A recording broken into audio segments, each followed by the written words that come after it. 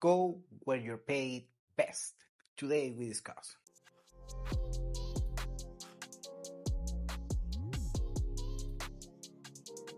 This particular phrase comes from, the very famous Andrew Henderson from Nomad Capitalist. He has this particular motto, go where you're treated best. Great motto. I mean, from the marketing standpoint, it works very great. However, it's something that, I don't completely agree. Of course, you should go where you're treated best. It's something that I try to do, but something that I like to think actually, and I don't agree completely, is you should not go where you're treated best. You should go where you are paid best, and that's a different proposition. I try to, of course, balance things out. Now, where are you gonna pay? Where are you gonna get paid best? Well, of course, depends. Well, statistically, you should go to the US. That is probably the best job market in the world.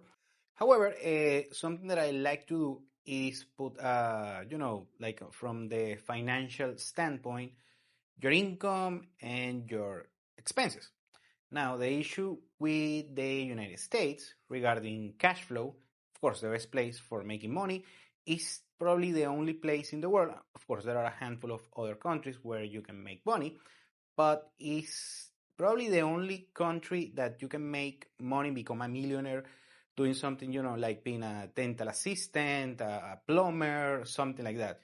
In the rest of the world, you need to either be someone very, very, very special, like a high performance athlete, or like a very gifted musician, something like that. But most of the people abroad, outside of the US, the way that they are rich is because they are born on a particular family or they become corrupt politicians and things like that. Of course, you have also talented people that make it, but are very, very, very rare. It's not like in the US that you can make, $150,000 per year just with spreadsheets and things like that, or doing like this thing like Amazon FBA, something like that. Well, that's another thing. Or, of course, doing crypto trading, things like that. Okay. Now, the thing about the US is not necessarily on net terms where are you gonna get paid best, and here's why. Because of course you need to make like 100 over, the six-figure mark. That's just for the sake of the conversation, in order to have good standard of living. Because if you don't, you are not gonna make it because life is expensive. However, the prices overall on most things in the US are not as expensive compared to the rest of the world on most things, like for instance grocery shopping, and also on housing, things like that, because that's actually kind of the ballpark regarding the US and the rest of the world. Now, the main point is that there are exceptions that make the US way more expensive, and that is why you need to make a lot of money in order to have a decent standard of living. Like, well, the taxes, of course, but that's another thing, that of course there are high taxes in many countries. So putting aside taxes would be something like healthcare. Healthcare is very, very, very, very expensive, and also legal issues, legal fees, things like that. Of course, your medication. So there are a handful of things that make living in the US very, very expensive. That, so on the net terms, it's not necessarily the best place to live, just on this particular, food for thought structure of financial issues. Now, when we talk about going where you're gonna go paid best, of course, depends on who you are. If you are a single man, or if you have a family. And I mean, you have the wife and kids, and all the whole 9 yards. Very cool on that. So there are two completely different, let's say, cost of living structures that you need to take care of. So that's one of the reasons why doing geo arbitrage is arguably the best way to, get the best ROI regarding cost of living. And of course, then not everyone has access in order to do so. Not everyone can become a remote worker or have a passive income or have a business online. So that's one of the issues with that.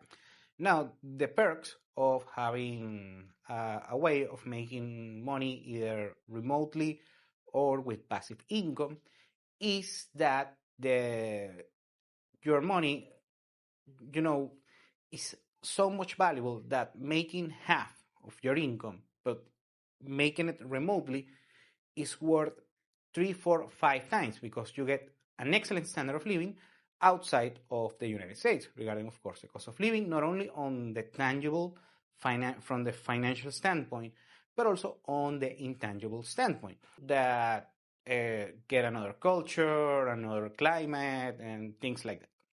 Also, it depends on your particular situation. There are many people that are very pro USA, and that's pretty cool. It's a good country. It's not just my cup of tea. It's like, I like the US. I'm not in love with the US. Because usually when you discuss the US, either you are a hardcore fan, you really love USA, USAA, America First, things like that, or you are just this you have this anti-American sentiment that I don't have. Actually, I think it's a great country, but there are some, let's say, lines on the sand that I honestly they are crossed by the country, and that's why I don't like living in the USA. So that's why I did not attempt to do so.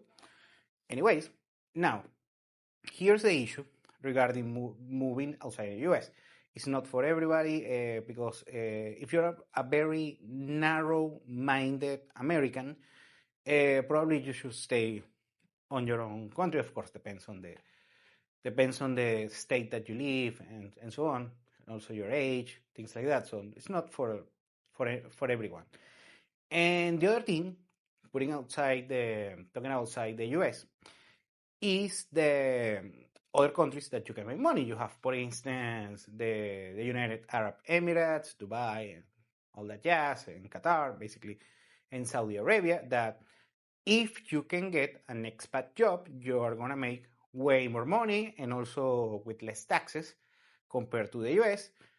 But what happens on those particular countries, usually, and this is an issue that the local governments over there have, is that the main issue that those countries have is that the retaining people for the long run is very, very difficult. Many expats go and work on the UAE, on these Gulf countries, but they stay just, let's say, a couple of years, 5 years, 10 years tops, and then leave because they don't develop a particular, roots on the country, and they end up leaving. And that, of course, the standard of living is great over there if you fit certain criteria. Also, in order to fit to those particular jobs, you get paid over there depending on your nationality. So if you have a good nationality, you can make a lot of money, working as an expat over there, maybe a small business owner. But the issue is you're not gonna get paid as great if you don't have a particular passport, things like that. And of course, depends also on the industry that you are on or your particular skill set. And there are a handful of other countries. We can talk about Singapore, maybe we can talk about Switzerland. Not my particular cup of tea, but I mean, cool country. I mean, say it's a bad country, but it's let's be honest, it's boring. Now, the other issue, if you are a single man, this is very important, and this is something that I develop a lot on, my weekend videos, but just mention it right now today, is that if you are a single man, part of your cost of living, part of your CPI is your cost on dating. And in the US, right now, dating is prohibitive expensive because remember, there is this thing called on dating called hypergamy that right now, in the past 5 to 10 years, has manifested on what we know colloquially as inflation. Basically, the cost of dating has on very hyperinflation, scenario right now. Let's see a chart here from Zimbabwe. Well, that is what is going on regarding dating. And if you're a man, it's going to be way, way, way, way, way, way more expensive in order to have a decent standard of living regarding dating within the US. Now, if your main source of income comes from the US, of course, you should stay over there. That's the main thing. And to all of my clients, the first thing that I like to work out if they are offshoring or expatting is that where their main source of income comes. And if you cannot move it outside of the US, just don't try it. However, if you have the possibility of maybe just taking care of business 6 times a year on a particular location, what I will recommend is geo arbitrage at least for a couple of times per year, or even 6 months, if depends, of course, on your possibilities, because you're going to get a great ROI when you're outside of the US and achieve great geo arbitrage on standard of living, cost of living, dating, because you mitigate this particular inflation phenomena that you have in most of developed countries. Inflation is happening worldwide, but for instance, let's say a country, let's say like Mexico, just as an example.